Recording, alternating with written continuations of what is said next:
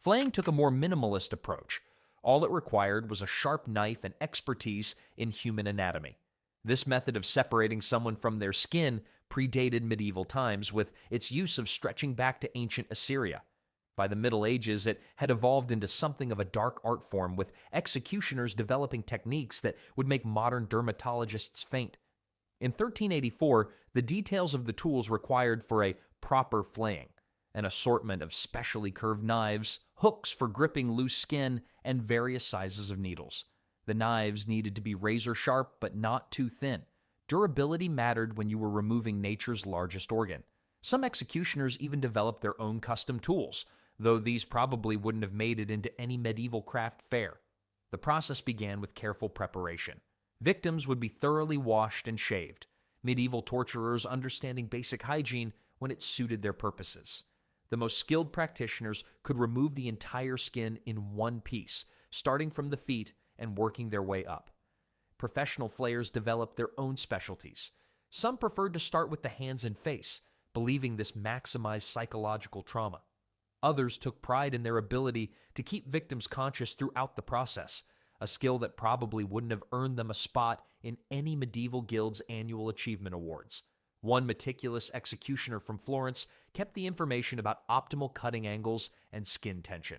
Medieval science at its grimmest.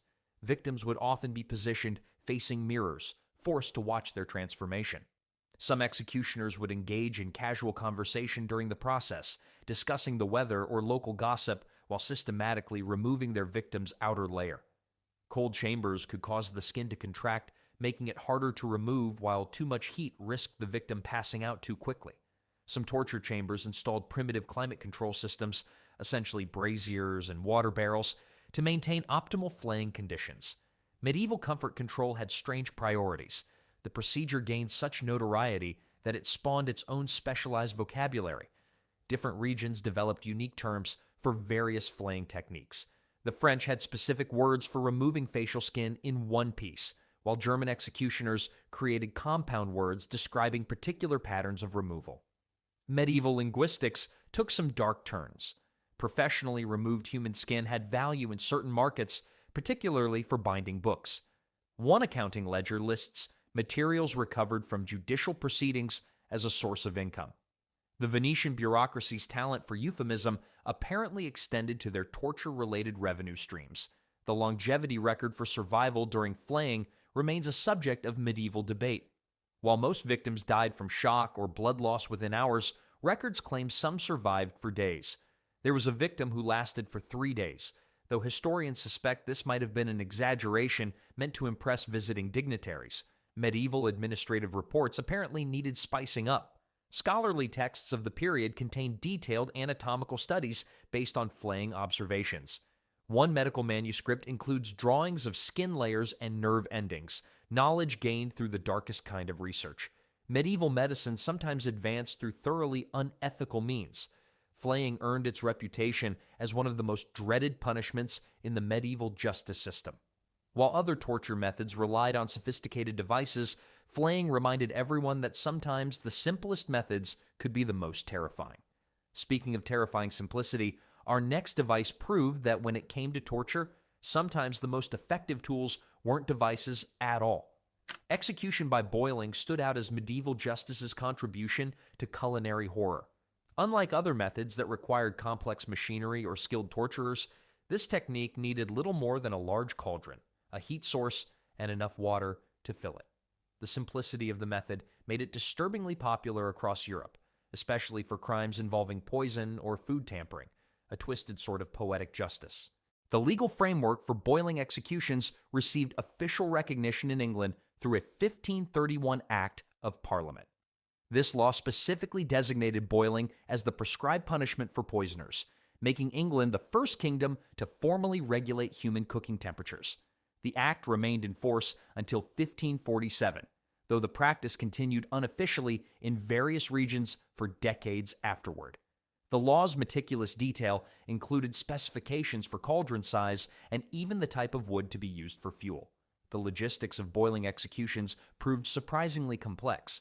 The cauldron needed to be large enough to completely submerge an adult, typically holding between 100 to 150 gallons of liquid.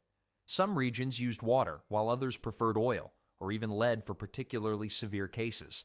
Heating such volumes demanded significant amounts of fuel, leading some cities to establish special forest reserves specifically for execution fuel, marking certain trees as justice wood.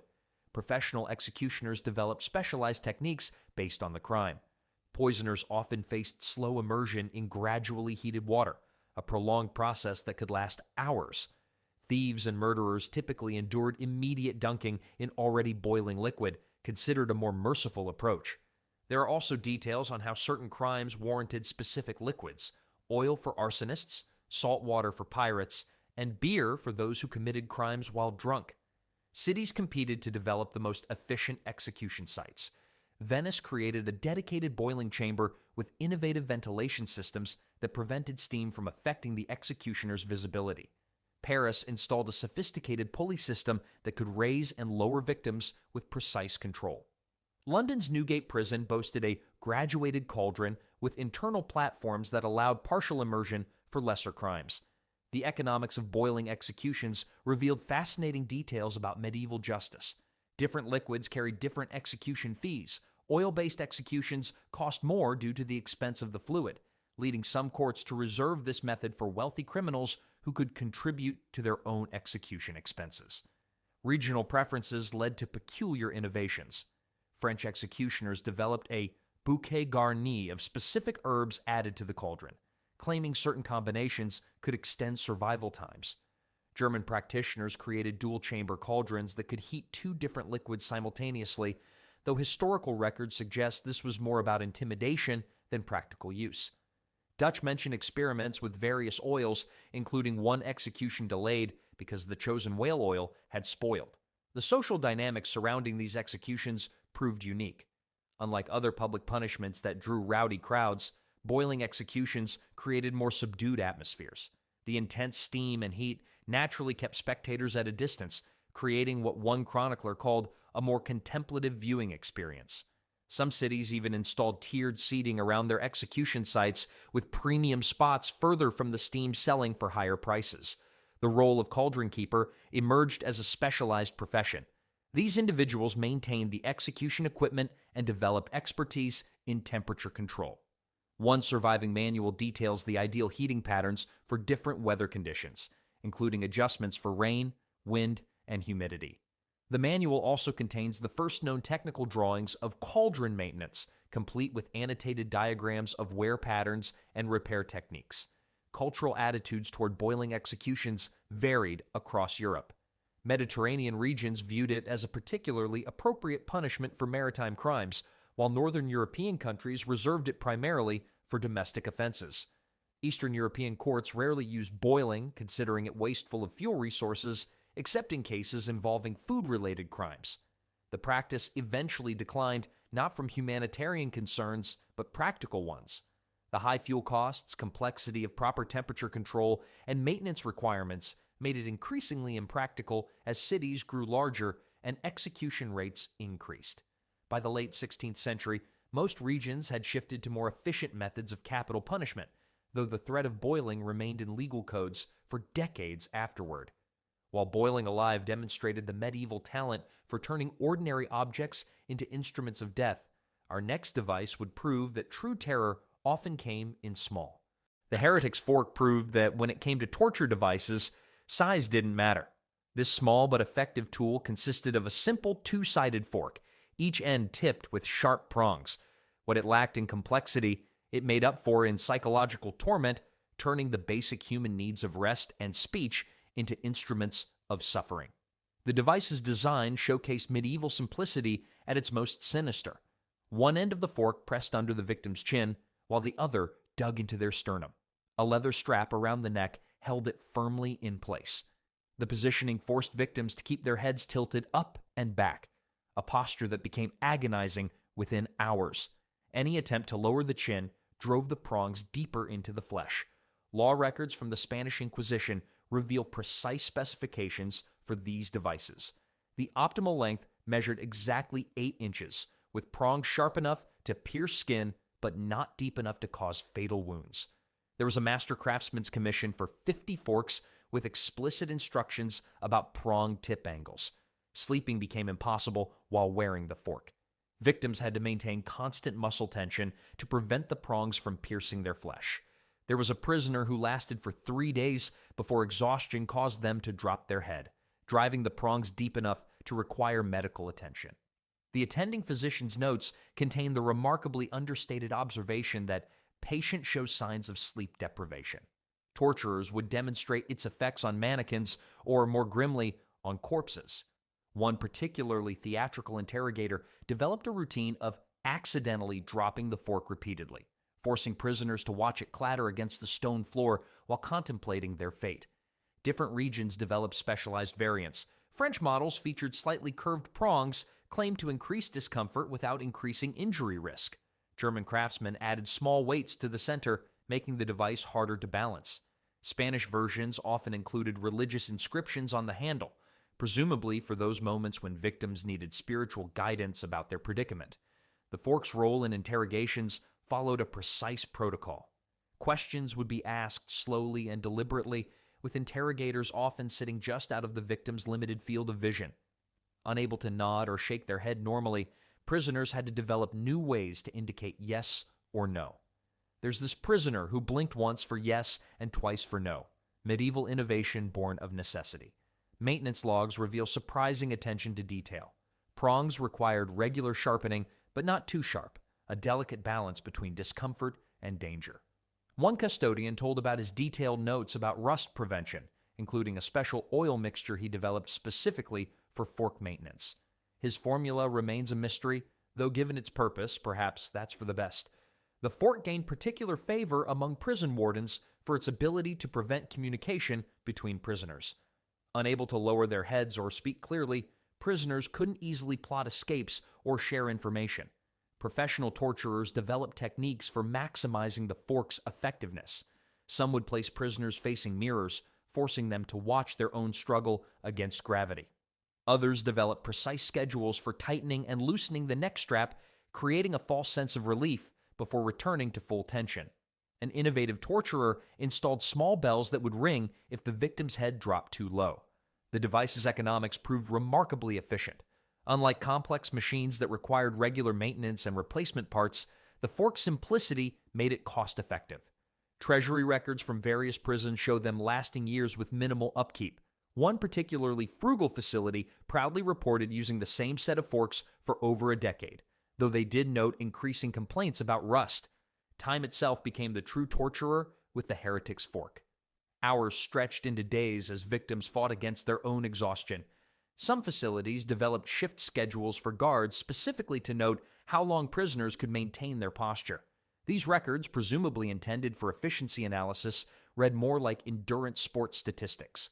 While the heretic's fork relied on the precision of skilled craftsmen, our next method would show that medieval torturers could transform ordinary things into instruments of extraordinary terror. Rat torture stood out for its resourcefulness. After all, what better way to cut prison costs than to let your torture devices feed themselves?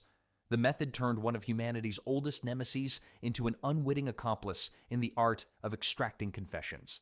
Official documents reveal surprisingly specific protocols for selecting the right rats.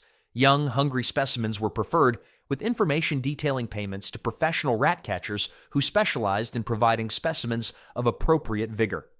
One torturer informed them about different rat breeds' effectiveness, noting that Norwegian rats showed superior determination in their work.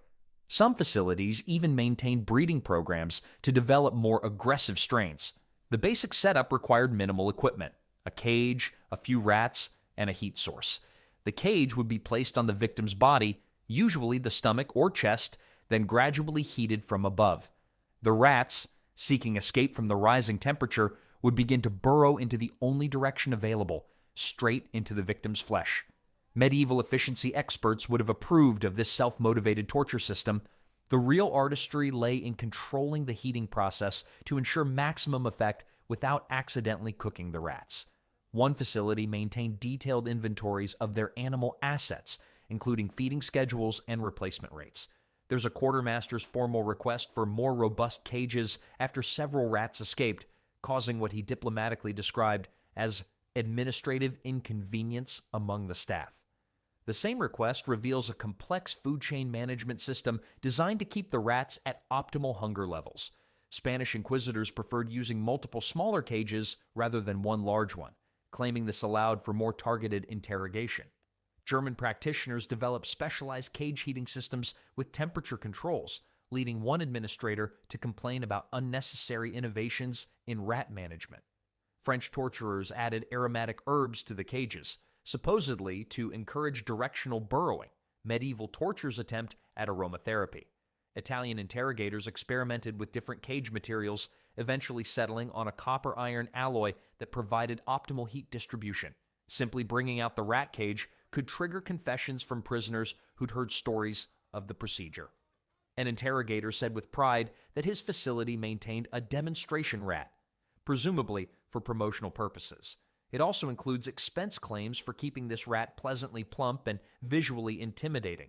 Some facilities even developed elaborate pre-torture demonstrations involving wooden dummies and trained rats.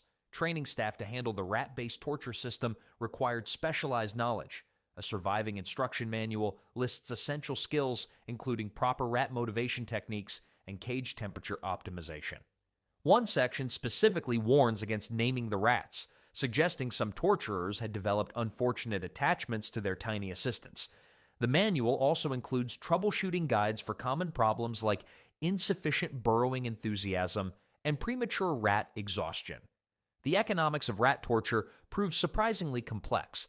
While the rats themselves came cheap or free, maintaining proper cages and heating equipment required regular investment.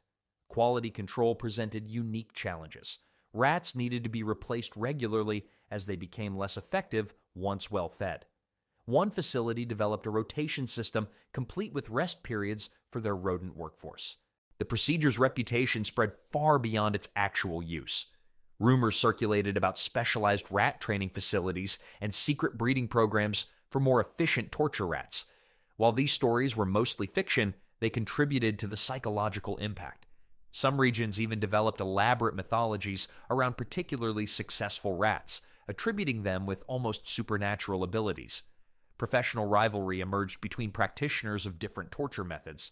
Internal memos revealed debates about the relative merits of rat-based versus mechanical torture. There's a torturer's defensive letter to his superiors that insists that rat-based interrogation requires as much skill as any mechanical device, suggesting medieval workplace politics could be surprisingly specific. The letter goes on to propose a formal certification program for rat torture specialists. Many facilities eventually phased out rat torture not from humanitarian concerns, but due to workplace safety issues. After several incidents of escaped rats causing chaos in prison corridors, administrators began favoring more controllable methods. The final straw at one location came when rats chewed through a supporting beam, causing what a repair bill delicately described as structural readjustment. Some facilities attempted to solve these issues by developing more secure containment systems, but the maintenance costs eventually proved prohibitive. While rat torture demonstrated medieval ingenuity in weaponizing the natural world, our next device would take torture to new a level. It is called Judas Cradle, which also has a nickname of Nightmare Pyramid, earned its reputation as medieval torture's answer to uncomfortable seating arrangements. This device consisted of a pyramid-shaped seat with a pointed tip, mounted on a sturdy frame that could be raised or lowered. The name itself referenced the biblical betrayer Judas, though even he might have questioned this particular method of punishment. 1478 revealed exacting specifications for constructing a proper Judas cradle. The pyramid required precise 60-degree angles crafted from hardwood or metal with a point sharp enough to cause maximum discomfort without immediate penetration. The device's operation followed a precise protocol. Victims would be suspended above the pyramid by ropes, then gradually lowered until their body weight rested on the point. Guards controlled the victim's descent speed using a sophisticated pulley system. A meticulous facility keeper's logbook of descent velocities correlated with confession rates, creating medieval torture's first efficiency study. Height adjustment mechanisms underwent continuous refinement. Early models used simple rope and pulley systems, but later versions incorporated geared winches for more precise control. A maintenance record details the installation of a new micro-adjustment mechanism that allowed for incremental changes as small as a quarter inch. The same document includes a requisition for additional rope padding after complaints about rope burn. Apparently, workplace safety had its limits. Regional variations emerged across Europe. Spanish models featured slightly curved pyramids, claimed to increase discomfort without accelerating tissue damage. German engineers developed a swiveling base that added rotational movement to the experience. French craftsmen created ornately decorated versions, proving that even torture devices couldn't escape their artistic sensibilities. Surviving example features intricate carvings of demons around its base, medieval interior decoration at its darkest. Cold dungeons would cause the metal to contract, while summer heat expanded it. Some facilities installed primitive climate control systems using braziers and water barrels. A quartermaster's inventory lists seasonal pyramid adjustments as a regular maintenance task, suggesting medieval torturers understood thermal expansion before physicists gave it a name. Professional torturers developed specialized techniques for maximizing the cradle's effectiveness. Some would add weights to the victim's ankles, while others preferred psychological methods like placing mirrors to force victims to watch their own ordeal. One manual suggests maintaining casual conversations with victims about their families while adjusting the height, medieval multitasking at its worst. The device's reputation spawned its own vocabulary. Different facilities developed unique terms for various positions and techniques. The French created specific words for different stages of descent, while German records show compound terms describing victim reactions. There's one glossary that includes terms for various sitting postures, suggesting medieval torturers might have moonlighted as uncomfortable furniture designers. Quality control presented unique challenges. Regular point maintenance was essential. Too sharp, and the torture ended too quickly. Too dull, and it lost effectiveness. One record includes weekly point inspection reports, complete with standardized testing procedures. The same documents reveal an ongoing dispute about proper pyramid polishing techniques, suggesting medieval workplace debates could get surprisingly specific. Victims would be forced to use their own muscle strength to slightly raise themselves off the point, fighting against exhaustion and gravity. The moment their strength failed, they would go. Some facilities installed counting systems to track how long victims could maintain elevation, turning torture into a gruesome endurance sport. While initial construction costs ran high, the device's durability made it a sound long-term investment. One Treasury document lists a cradle's expected service life at 15 years, assuming regular maintenance and point replacement. The same record includes depreciation calculations that would impress modern accountants. The device's design influenced medieval furniture, making in unexpected ways. Several chair designs from the period show similar triangular supports, though hopefully with less sinister intent. One furniture makers guild actually banned pyramid-shaped seats entirely, possibly to avoid unfortunate associations. Their regulations specifically mention avoiding any resemblance to instruments of justice. Perhaps the most chilling aspect isn't the devices themselves, but how their creators approach torture with the same dedication others might bring to crafting furniture or brewing ale, with careful documentation, continuous improvement, and even professional pride in their work.